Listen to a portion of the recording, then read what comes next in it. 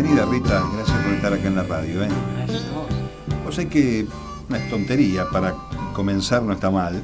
Yo creí que Rita era apócope de Margarita, algo así, pero Rita es el nombre tuyo, ¿verdadero? Por supuesto, Adela Rita. Adela Rita. Uh-huh. ¿Dónde naciste?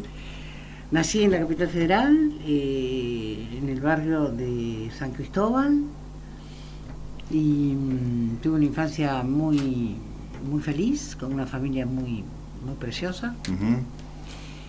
Pesada, pero preciosa, ¿no? ¿Cortese de qué parte de Italia? Mira, Cortese en realidad es una tribu albanesa. Ajá. Que cuando invaden los turcos, siglo XVIII, por ahí, pasa al sur de Italia, básicamente, se desparramaron por toda Italia, es un apellido muy común en Italia. Y van esta tribu a un pueblo que se llama Luncro, cerca de Cosenza. Y luego el abuelo Rafael, hermoso, precioso abuelo, por fotos, murió cuando yo no había nacido. Y a mis abuelos paternos no los conocí, hermosísimos los dos, fotos divinas. Y el abuelo llega a los 14 años a la Argentina, como tantos, en el año 1890 y pico, en un barco llamado Perseo. Esto lo sé porque un primo mío, un cortese, le encanta saber todos los árboles genealógicos, donde venimos, claro. Yo no lo sabría. Pero me encanta porque es buenísimo. Después, bueno, él llegó a tener una de las primeras cámaras frigoríficas de acá de Buenos Aires, pero sus comienzos deben haber sido como los vendedores, supongo yo, los vendedores ambulantes. Sí, sí. Él vino solo a los 14 años, y bueno, y ahí después trajo a toda su familia, no sé si a toda, pero... Qué aventura, ¿no? Salir de la tierra natal, después de esa recorrida, instalarse acá. Bueno, es una historia que se repite en la emigración italiana y española común en la Argentina, por cierto. Sí. Ahora, más allá de los abuelos, hay un momento donde uno se pregunta qué es lo que va a hacer en la vida. ¿Y vos qué pensaste que ibas a hacer en la vida antes de cantar y antes de actuar? Vivir. Ajá, disfrutar la vida. Sí, disfrutar la vida, porque eso sí tiene que ver con los corteses, fueron muy disfrutadores. Por supuesto, nada es tan lineal, ¿no? Pero mi padre era un tipo muy disfrutador de la vida. Le duró poco, porque fue un tipo tal vez demasiado disfrutador de la vida. Y entonces, pero hay algo de ese perfume, ¿no? De ese perfume de la bohemia, del buen vivir, de la época. Yo nací en el 49, yo recibí una Argentina del bienestar, ¿no? Y ese perfume duró un tiempo. Sí, es cierto. Bueno, más o menos estamos en los procesos contemporáneos que hacen lamentablemente para ellos, para los históricos grieteros o de la brecha, se continúa ese estado de bienestar aún a pesar del maltrato que le han dado, ¿no? Porque cuando vos te dejaron conocer que había otros derechos, que esa necesidad en realidad era un derecho, eso se prolonga y se prolonga hasta nuestros días. Así que no está mal. Lo que está mal es lo que entraña el odio, ¿no? Desde el otro lado. Claro, sí. De todas maneras, viste que era la familia mía era una clase media bastante acomodada, ¿no? Universitarios, se leía, se iba mucho al teatro, ¿no? No intelectuales, una clase media acomodada, pero no intelectuales. Pero eran grandes lectores, ¿no? A pesar de eso. Y sí, claro, ese perfume del buen vivir, ¿no? Bueno, ahí está esa definición del disfrute, ¿no? Porque cuando uno encuentra en esa posibilidad de intercambiar o informarse a partir de la cultura, sin necesidad de ser un especialista, es una forma de aprovechar bien el tiempo, ¿no? Sí, claro, y además, bueno, los teatros estaban en los barrios, los cines estaban en los barrios. Claro. Entonces el pueblo podía disfrutar de su acervo cultural, ¿no? Entonces eso ir caminando a las salas, claro. Sí, sin necesidad de grandes traslados, ni grandes superficies comerciales que te escondieran el cine. Claro. Bueno, de ahí uno intuye que había biblioteca en casa, que había acceso a los libros. Una gran biblioteca en casa. Que es bueno que esto suceda, Sí, claro, porque sí. también está ahí la riqueza, ¿no? Por supuesto, fundamental, fundamental la lectura. ¿Estudiaste? Sí, estudié, soy maestra, normal, nacional, recibida, colegio de monjas, me echaron en el 4º año. ¿Por? No, perdón, me echaron el 3º, porque era... Quilombera. Rebelde, claro, pero viste, la rebeldía para las monjas de la época era ponerte zapatos marrones en lugar de negros, entonces ya te creías Rosa de Luxemburgo, ¿viste? Así empecé a los tumbos ya equivocadamente. Y después... ¿Y el magisterio lo hiciste donde y después ahí en ahí el mismo. del Huerto, 3er año me echaron, fui a normal 8, Ajá. me llevé todas las materias. O sea, no soy un buen ejemplo para la Universidad de Avellaneda. Y luego terminé en el Niño Jesús, ahí unas monjas tercermundistas muy interesantes, y ahí me pude recibir de maestra. ¿Ejerciste? No, para nada. Para el bien de los niños, no. Bueno, es forma de repartir bienestar. Claro. Estudié filosofía y letras, en esa época estaban juntas, sí. Las dos. Y luego dejé porque yo quería otra cosa, me daba cuenta que quería otra cosa. Y dejé, entonces mi madre me dijo, bueno, o estudiás o trabajás. Ajá. Bueno, fui a trabajar y ya en un momento dije, no, esto tampoco, y ahí, bueno... Es como ¿Qué laburo? ¿Con qué te encontraste? Mira, me fui a trabajar a la fábrica donde un tío mío era gerente de relaciones, de la gente que echa a la gente. Recursos humanos, se dice ahora, sí, gerente personal, digamos. Exactamente.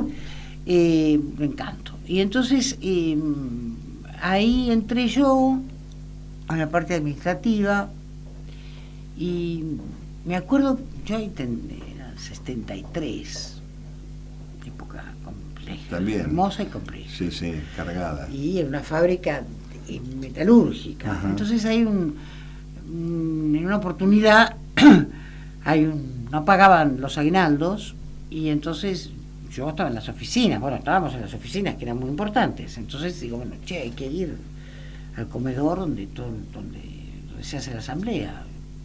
Mira, pero nunca fui, bueno, pero vamos, y a nosotros tampoco nos pagan el aguinaldo. Cuando fuimos y entramos, toda la gente aplaudiendo, a los administrativos que por primera vez nos habíamos juntado con los operarios, porque viste que ocurre que la clase media cree que tener un lápiz es diferente que tener una tenaza. Claro. Te hace otra categoría de trabajador, ¿viste? Ya no pasible de salir. Cuestión del mérito, esa cuestión de la meritocracia. No, y sobre todo de la diferencia de clase, ¿no?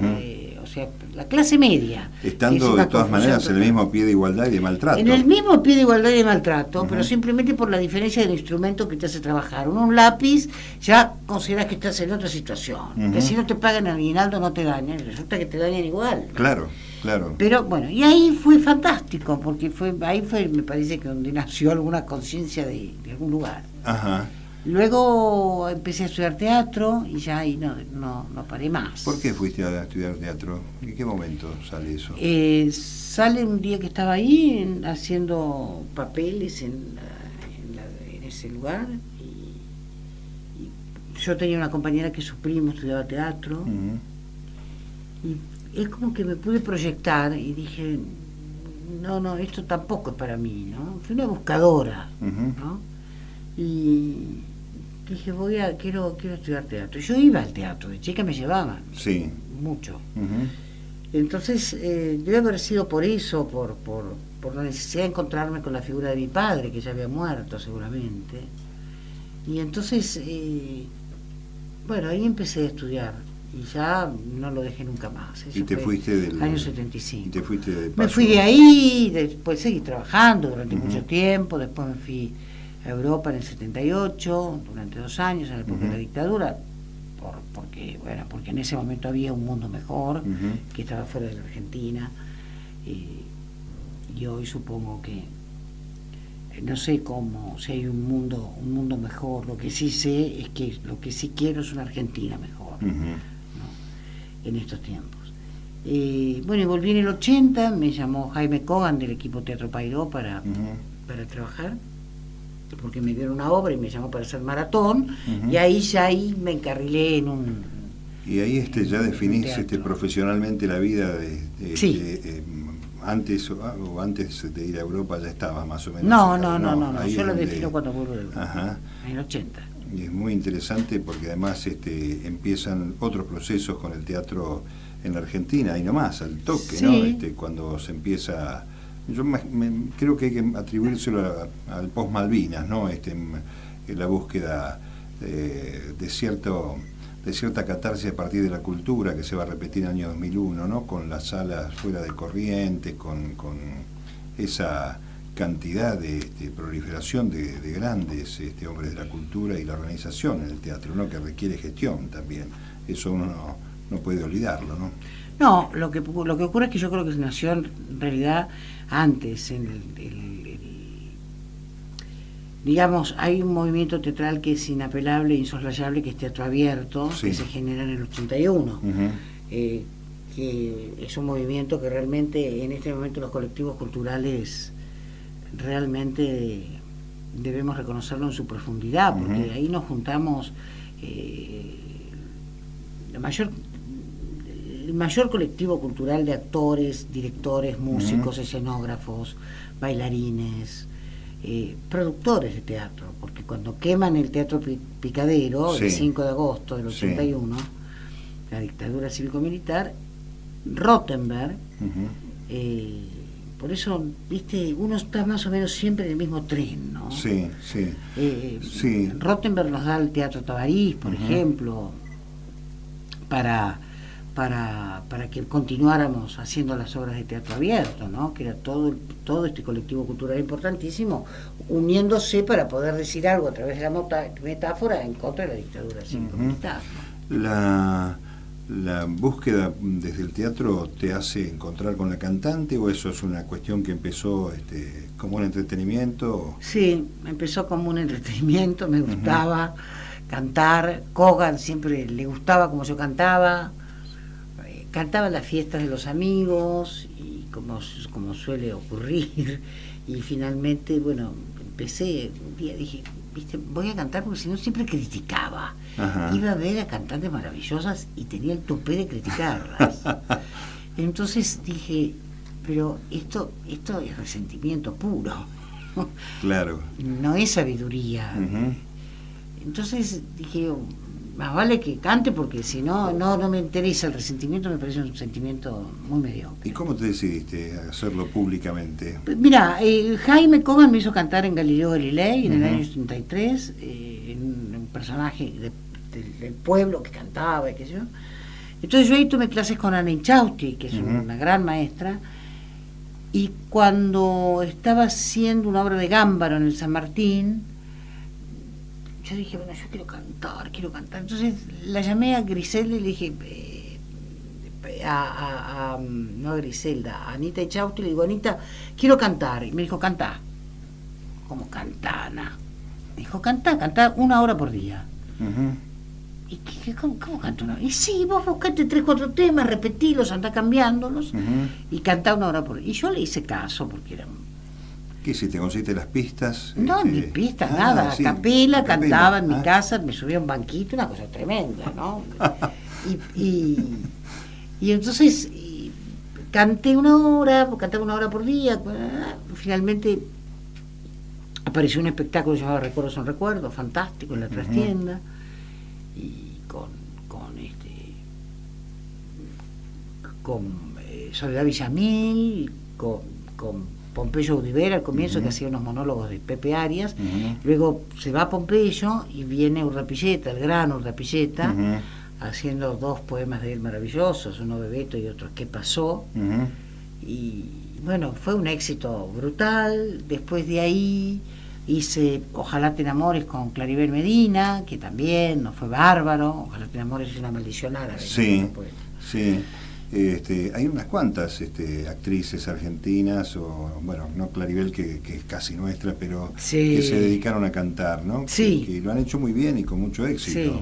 Sí, sí, Es sí. bueno eso. Bueno, yo creo que hay una parte del recorrido, esto lo hablé alguna vez con Susana Rinaldi, y una parte del recorrido está resuelto que es la actuación, Sí, ¿no? sí, las imágenes. Que esta cuestión ya, el personaje está armado como Sí, para defender sí. después con la voz lo que va Sí, acompañando. sí, te ayuda muchísimo, muchísimo. Esa Y el conocimiento del escenario, ¿no? Claro, claro, la postura, la cuestión de Sí. presentarse desfachatadamente Sí. y a lo que venga. Pero es bueno eso. ¿Qué te hace mejor ahora, actuar o cantar? ¿Te hace bien? No, las dos cosas. Cuando Ajá. son buenas me gustan las dos cosas. Ujú. Es muy interesante que hayas hecho esa revelación del banquito, transformándola En un acto, viste, privado. claro, y profesional después, automáticamente. Sí. Iba a decir algo, ¿hay alguna modificación en tus convicciones de esos recuerdos familiares, de esa época de bienestar, de los años finales del 50, perdón, del 40-50? ¿En tu vida cambiaste? ¿Tuviste prejuicios de exteriorizar dónde estabas parada ideológicamente? No, mi familia no era una familia, no, jamás, al contrario, porque mi familia no era una familia peronista, pero no era una familia idiota. Ajá. No, era el socialismo que deviene en radical intransigente, que devino en alfonsinismo, ciertamente te diría un poquito gorila, ¿no? Ese es mi cuna, pero a pesar de eso, yo por suerte también pude separarme de esa vuelta, ¿no? De esa manera. Bueno, había también otras visiones en casa, en una época muy politizada, tremendamente politizada, una familia muy politizada, ¿no? Y entonces había unos a mí me causa gracia esta instauración de la palabra la grieta. Sí. La grieta es tener plata o no tener plata, poder comer o no poder comer, esa es la grieta, no las discusiones. Claro, la que marca el dolor realmente. La que marca el dolor, ¿no? Entonces, yo me acuerdo que en casa mi madre una vez ponía carteles que decía prohibido hablar de política, porque era una batalla. Igual nos adorábamos y nos queríamos y nos respetábamos, pero había posturas diferentes. Porque esta falsedad de que no se puede pensar diferente, ¿no? El exceso de positividad, dice Chul Han, un filósofo coreano, provoca el infarto del alma, ¿viste? Porque realmente las diferencias, si no, ¿dónde está tu yo? Que si somos todos iguales se disuelve el yo. Sí. No, hay diferencias, y está bien expresarlas, con mayor o menor vehemencia. Sí, ¿no? sin duda está muy bien expresarlas, intercambiar y debatir, porque lo contrario es transformarse en un fanatismo que enceguece y que no construye. Obvio. Y que además cuando uno revisa la historia, ¿no? Cuando uno habla con los que saben de estas cosas, cuando te enterás que la muerte de Moreno se hizo pública 20 días después que se llegara la noticia de Buenos Aires, uno empieza a revisar la hojarasca, esa división hipotética viene la marca en el orillo, digamos, de la Argentina. Pero vos tenés un compromiso en un momento que es valioso destacar, en un mundo donde uno tiene el prejuicio que son todas divas, son todas figuras estelares, que como si no comieran, no tuvieran que vestirse, y que además han pasado por etapas de altibajos. El actor en la Argentina que llega a vivir de su profesión es un número muy pequeño en función de la cantidad de gente que se inician, como pasa con el periodismo, como pasa con distintas actividades. Pero vos tomaste un compromiso, y sobre todo en los años del gobierno de Néstor y de Cristina. No, mi compromiso no empieza ahí, mi compromiso empieza mucho antes. ¿Aparece públicamente ahí, tal vez notoriamente? No, toda la vida. Mira, en los años de la dictadura cívico-militar, nosotros formamos ya una comisión de artistas por los derechos humanos, que estaba Vicente Citolema, digamos, era el formador de nuestro, y yo he trabajado muchísimo, ¿no? Lo que ocurre que... ¿Qué pasó ahí entonces? Porque hay es que han coincidido esas corrientes de opinión que estaban preexistentes con una toma de decisión desde lo público, desde el Estado. Lo que pasa es que esa manera de vivir, esa manera de ver la vida, esa postura ideológica de esos años, se hacen posible en lo cotidiano a través del advenimiento del kirchnerismo, concretamente. Bueno, cuando Néstor hace bajar el cuadro, eso es un hecho simbólico importantísimo que se graba en el alma, ¿no? Para siempre. Eso nos graba y ahí hay una marca que es inolvidable. Bueno, muy bien, acá sí realmente, ¿no? Hay algo distinto. Hay algo distinto. Bueno, y además, bueno, el apoyo a lo cultural y el apoyo a todas las políticas de derechos humanos. Por eso a uno le duele tanto lo que está pasando en estos días. Y por eso yo personalmente, si me permitís, sí, y hoy, en el día de hoy especialmente, hay que pedir muy fuertemente el viernes en la marcha de Plaza de Mayo, a Plaza de Mayo, con los derechos humanos, realmente por la aparición con vida de Maldonado. De Santiago Maldonado. De Santiago Maldonado, porque es de un profundo dolor. Y lo que está pasando hoy, que entró otra vez la Gendarmería, en el Ministerio de Ciencia y Tecnología.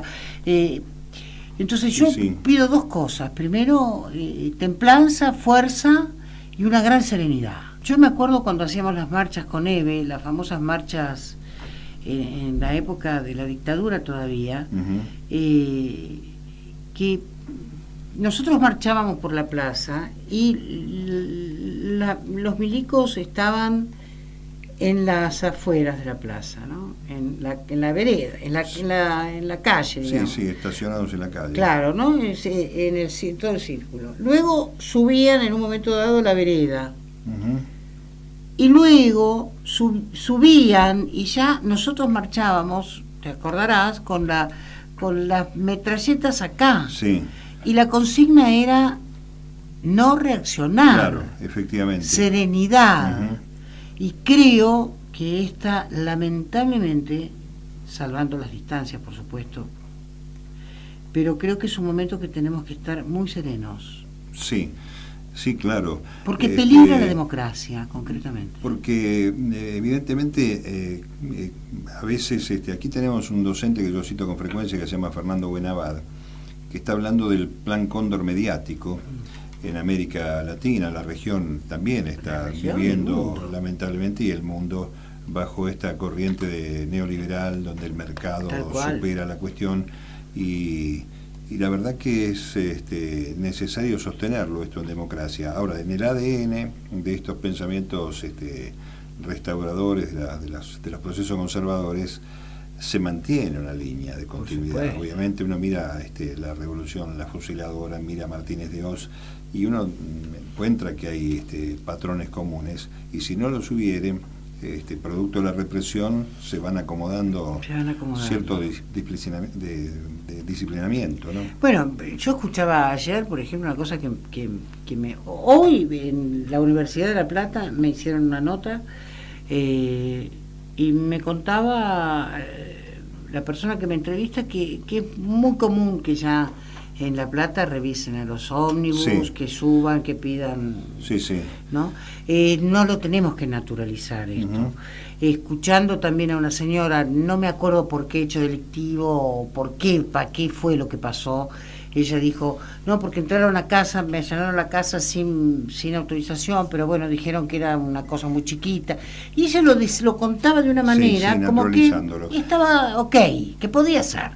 No puede ser. Sí, ¿no? Bueno, yo que nací en La Plata y viví esos años, en la época del estudio, lo recuerdo y me pone la piel de gallina pensar que era la época que Camps gobernaba ese territorio.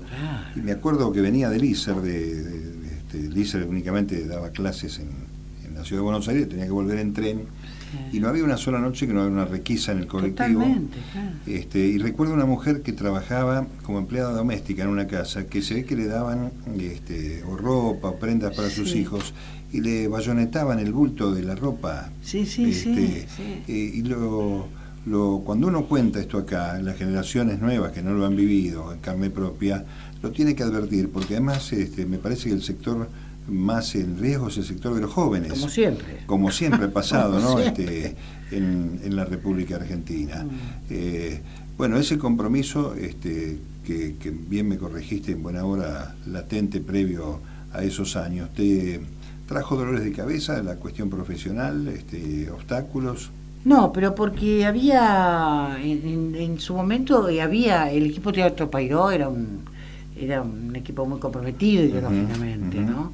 Y entonces siempre estuve en ese lugar, en ese camino, ¿no? El arte, mira, Vicente Citrolema tiene una frase que si no es exactamente así le pido disculpas, pero sirve de todas maneras para graficar, que es que el arte no evita el cuchillo que te va a herir, ¿no? Pero sí te va a mostrar el motivo de esa herida, ¿no? Qué bueno. La profundidad de esa herida. Entonces, siempre estuve en ese camino, y me parece que por supuesto, porque hay dos mundos, está el mundo del espectáculo y está el mundo del arte. Sí. No, yo toco los dos mundos, si querés. He estado en el mundo del espectáculo, pero yo soy feliz en el mundo del arte. Y a esta altura de mi vida trato de poder viví muchos años en ese lugar. Después hubo un momento donde la profesión se va moviendo, se abren otros caminos. Y en buena hora que suceda, supuesto, claro, desde luego. Desde ya que te da la posibilidad de solventarte dentro, de hacerte fuerte en esto. Y bueno, y eso, yo creo que el arte siempre te pone en un lugar de cuál es tu punto de vista, cómo querés vivir, cómo querés morir, cómo querés amar, ¿no? Ese es el punto de vista, eso es la ideología. Sí, y lo bueno es que a uno lo contraten por lo que significa profesionalmente y no por lo que piensa, desde el punto de vista de la... No, pero van juntas las cosas. Es muy difícil encontrar un buen actor que no le guste la poesía. Es difícil, porque no tiene síntesis poética. Entonces, si no tiene síntesis poética, no tenés épica, y ahí entonces sos un actor de hola, ¿qué tal? ¿Cómo te va? ¿Qué decís? ¿Cómo andás? Bien, y vos, bien, maté a mi papá, voy a tomar un yogur, así, nada, no importa nada, ¿viste? Y entonces no. Rita, y en este momento donde hay una gran retracción desde el punto de vista social y de derechos y demás, ¿cómo está el sector de la cultura? ¿Cómo está el arte? Retracción desde lo económico. Sí, y social también, porque además empieza uno a pensar si llega a fin de mes o si puede darle de comer a la familia. Eso, sí. Y qué cosa, es uno de los suntuarios lo que va dejando de lado. Sí, claro. Sí, es lo que nos pasa a todos, ¿no? Uno primero deja el teatro, los taxis, los restaurantes, ¿no? Las salidas. Bueno, de hecho hay menos gente en la calle en Buenos Aires. Sí. Lo que se veía en el 2001 yo lo estoy viendo de vuelta. Y gente en situación de calle, que es el otro costado. Gente en situación de calle, muchísima. Yo doy clases en el Isauro Arancibia, que se da clases de teatro a adultos en situación de calle.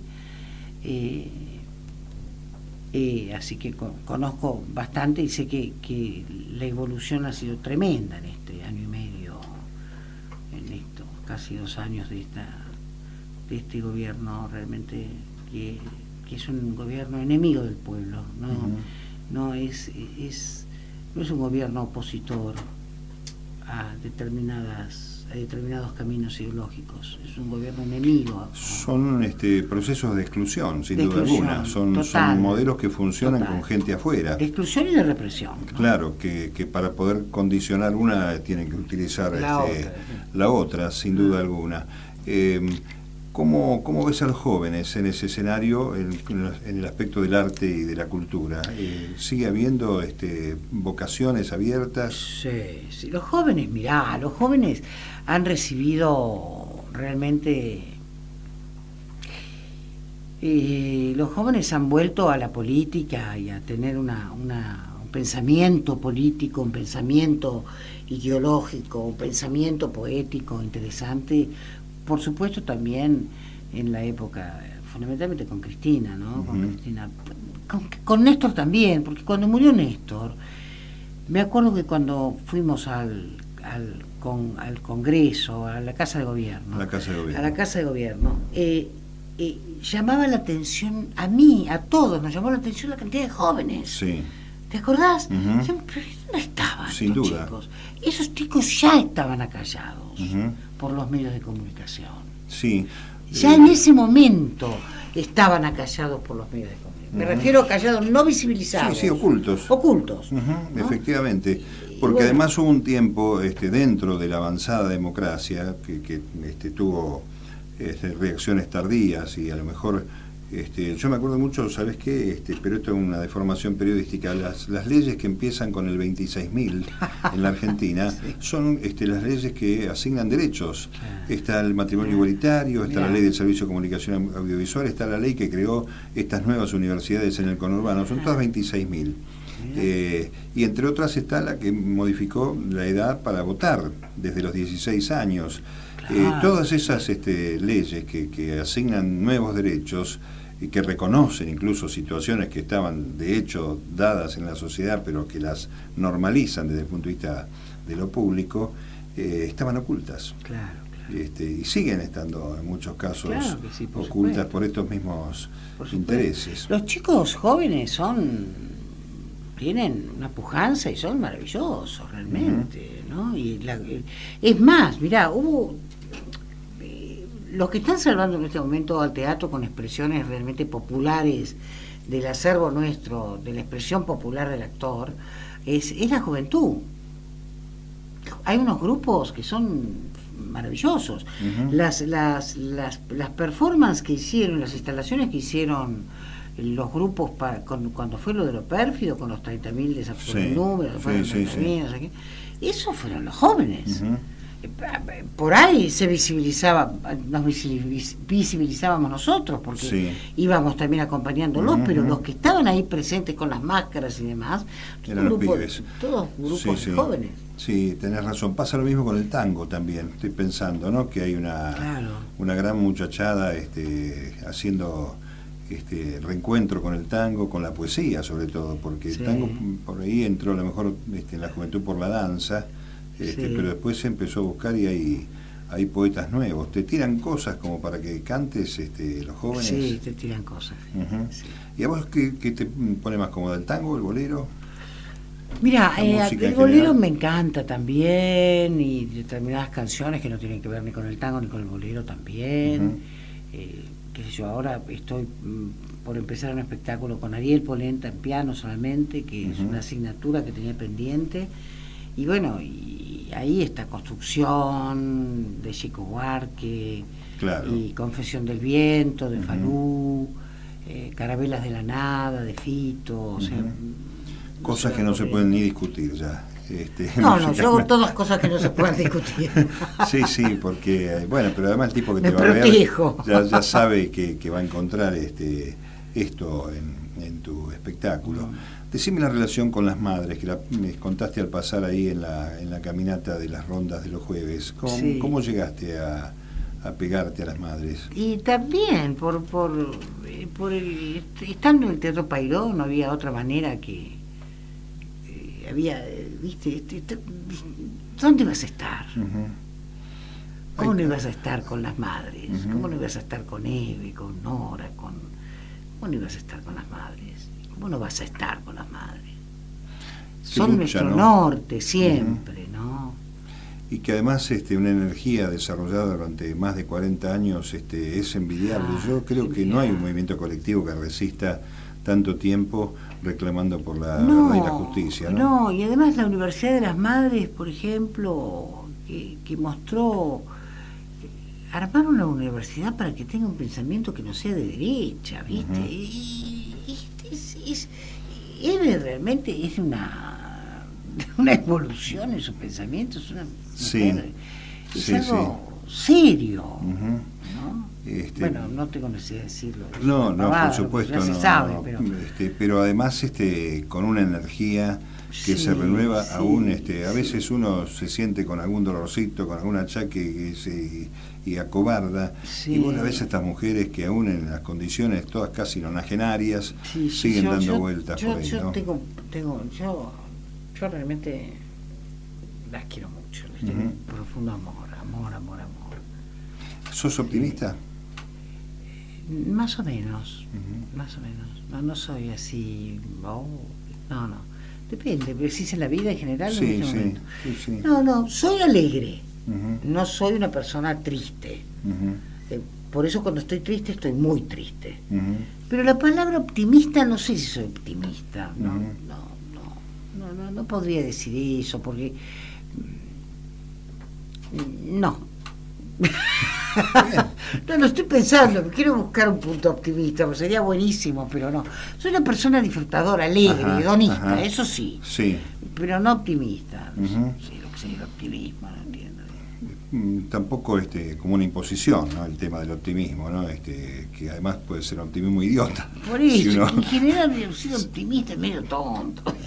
y en cuanto a reencuentros con esa vida que uno añora, con esa sensación de bienestar, así sí tenés esperanzas de que se pueda recuperar el pueblo como señales de retorno. Sí, siempre se recupera, lo que no sé cuándo. Ujú, Y cuáles van a ser las heridas que van a quedar abiertas, ¿no? Ujú. Para siempre, porque también hay que decirlo con mucho respeto, que a este lugar llegamos también por el voto popular. claro.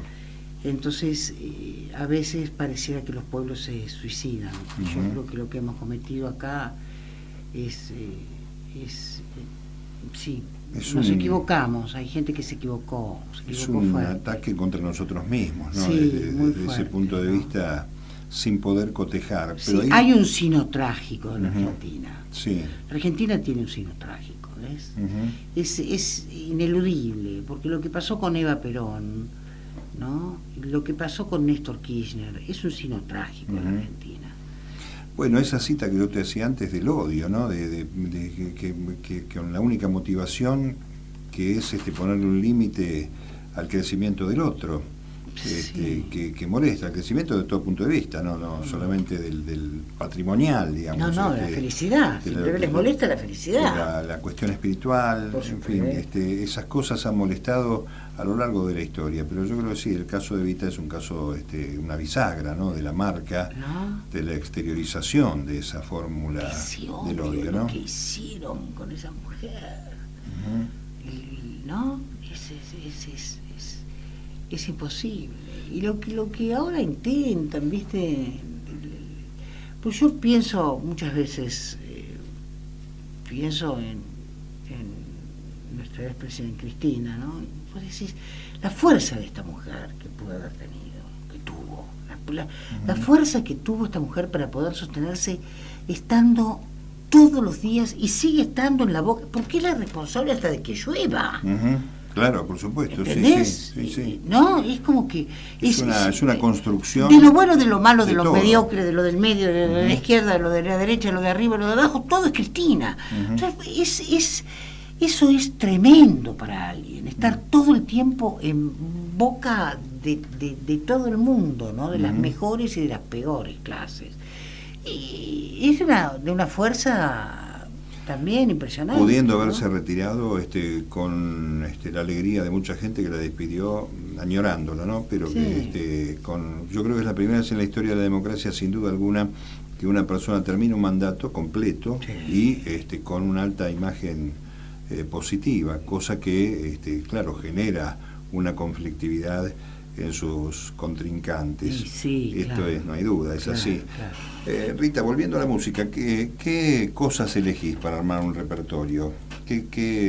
Ya me contaste, digamos, lo no convencional fuera del tango y del bolero. Sí. ¿Qué cosas Las que me atraviesan en determinado momento.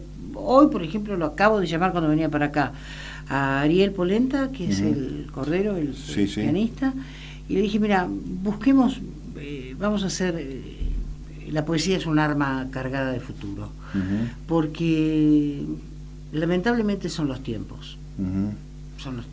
¿no? ¿Y vos crees que hay traslados naturales de esa poesía a este tiempo que vivimos, sobre todo en aquellos que pensaron, Sí. bueno, la época de oro del tango, los grandes boleristas? Absolutamente. ¿Está vigente? Y sí, porque solo dice, porque vivimos a golpes, porque apenas nos dejan decir que somos quien somos. Ujú. En este momento está pasando eso, Ujú. porque a la persona que la echan de su trabajo y encima le pegan y no le dejan ni siquiera manifestar su dolor, ¿no? Entonces está pasando eso. Ujú. Y entre las cosas que te llegan de autores nuevos, ¿pusiste en marcha algo? ¿Estrenaste cosas? No, me cuesta un montón, Ujú. me cuesta un montón, me cuesta mucho, me cuesta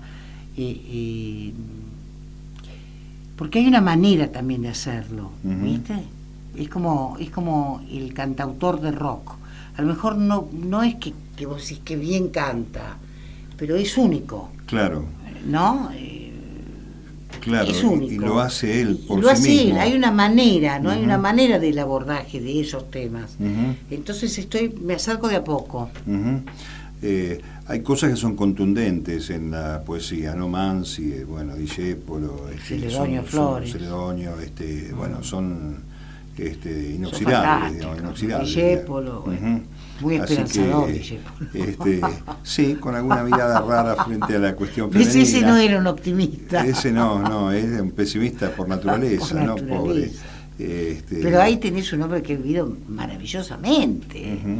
¿no? Con una extravagancia impresionante, Sí, extraordinarios todos. extraordinario. extraordinario. Qué sé yo, uno piensa, Piana, esa gente que compuso a lo mejor hasta arriba del colectivo, en dos palabras, Sí, hizo Cadícamo, poesía. como hizo. Bueno, Cadícamo también.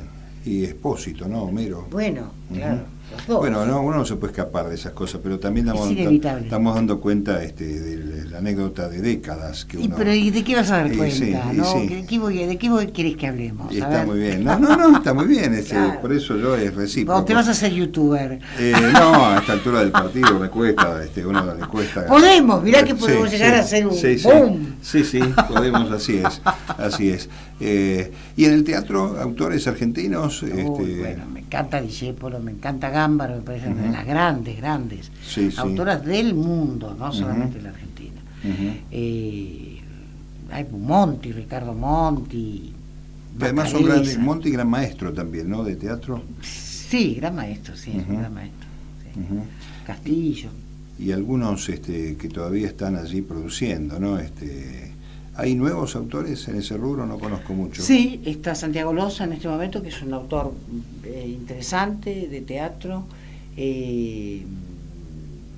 Está Cano, que es también un Spregelburg, bueno, por Ujú. supuesto. Tantanian también es un autor de teatro interesante, muy interesante. Sí, no, los chicos, los jóvenes son muy geniales, además inventan cosas, Ujú. y hacen cosas y está muy bien. Los pibes, esto lo tengo que contar porque me comentaba que venías para acá, te tienen muy marcada como la cocinera dura de Relatos Salvajes. Sí. ¿Qué tiene de Rita Cortés esa señora? No sé qué tiene, parece que no sé si tiene demasiado, ¿eh? No. No, parece que no. Uno tiende a decir que todos los personajes tienen algo de uno, pero me parece que no, que ese personaje, tal vez alguna zona de soledad muy Ujú. primitiva, sí, eso puede ser.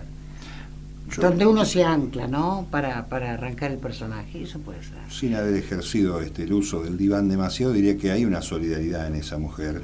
Sí, por supuesto. Que se manifiesta más fuerte tal vez que la carga de violencia que pueda tener. Sí, ¿no? y además tiene cierta sabiduría en lo que Ujú. dice. Es una viva en un Ujú. punto. Porque Sí. dice, bueno, no, hay una parte de la película que no salió, porque en edición yo sabía que se podía, con muy buen tino, mucho respeto de parte de Cifrón, que es un gran director, Ujú. que dijo, mira, vamos a filmarle esto, pero no sé si va a poder entrar en la película. Genial.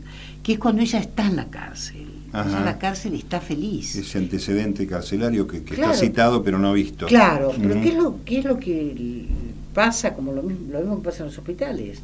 El hospitalario, el tipo que prefiere estar en un hospital porque o porque no tiene casa, o porque Ujú. su familia lo maltratan. Claro. Y lo mismo pasa en la cárcel. Y claro, porque además Hay gente que no se quiere en la el cárcel. regreso es más duro que estar adentro siempre, Por ¿no? La supuesto. reinserción, o lo que llamamos Por supuesto. reinserción, no se produce nunca. Es difícil. Es muy difícil.